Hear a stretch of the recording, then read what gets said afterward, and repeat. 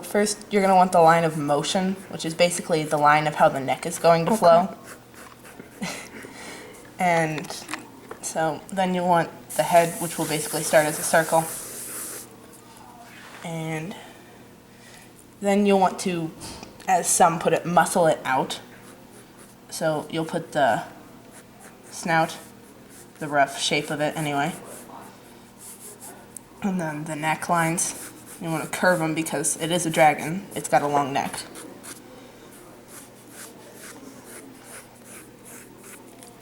Okay, so then you'll want to add the horns. You can do whatever horn shape you want. I typically go for the stereotypical curving ones, rather thin but thick at the base.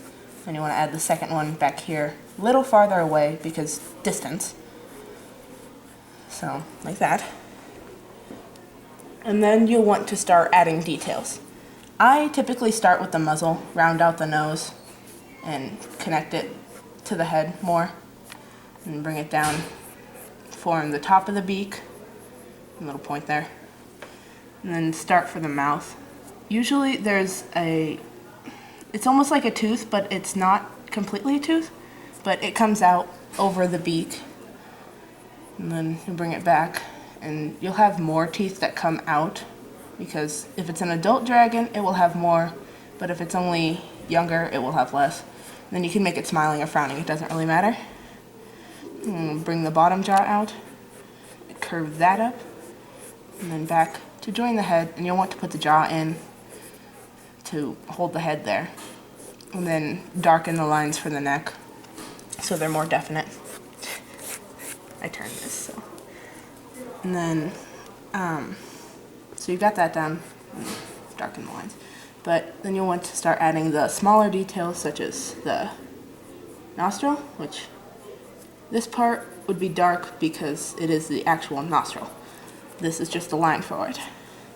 And then you'd have the bridge of the nose here, and then the forehead, and then the eyebrow for that. And then you'd draw the main shape of the eye, which is kind of, it's almost like a lopsided diamond, rounded. So then you put the pupil in, or the iris. And you can add the shine, it doesn't really matter. Then you put the pupil, color the pupil in. And then you'd add the little tear ducts at the end for realistic. And then some dragons, not all of them, but some dragons have this little line beneath the eye where it's got two spikes that come off of it. And it's shaped kind of like this. So, for that. And then you would fix the horns to the head with a curved line there so that it's actually there. And then you can start adding spikes as you like, such as like down here on the chin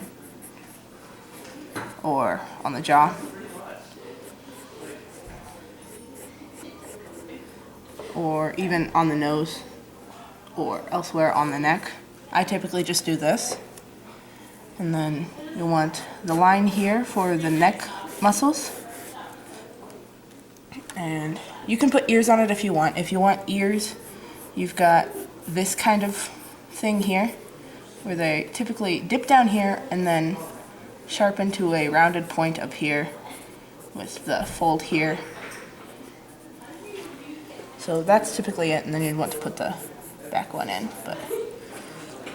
And then you'll want to erase the lines, your foundation lines as they put it. I don't have the best eraser, but just erase the majority of the lines as best you can so that you have a clean sketch, drawing, whatever you want to call it. And you can add details as you wish. You can add scales if you want to go into that much detail. I typically don't, unless I'm actually going for something, but yeah, that's how you draw a dragon head.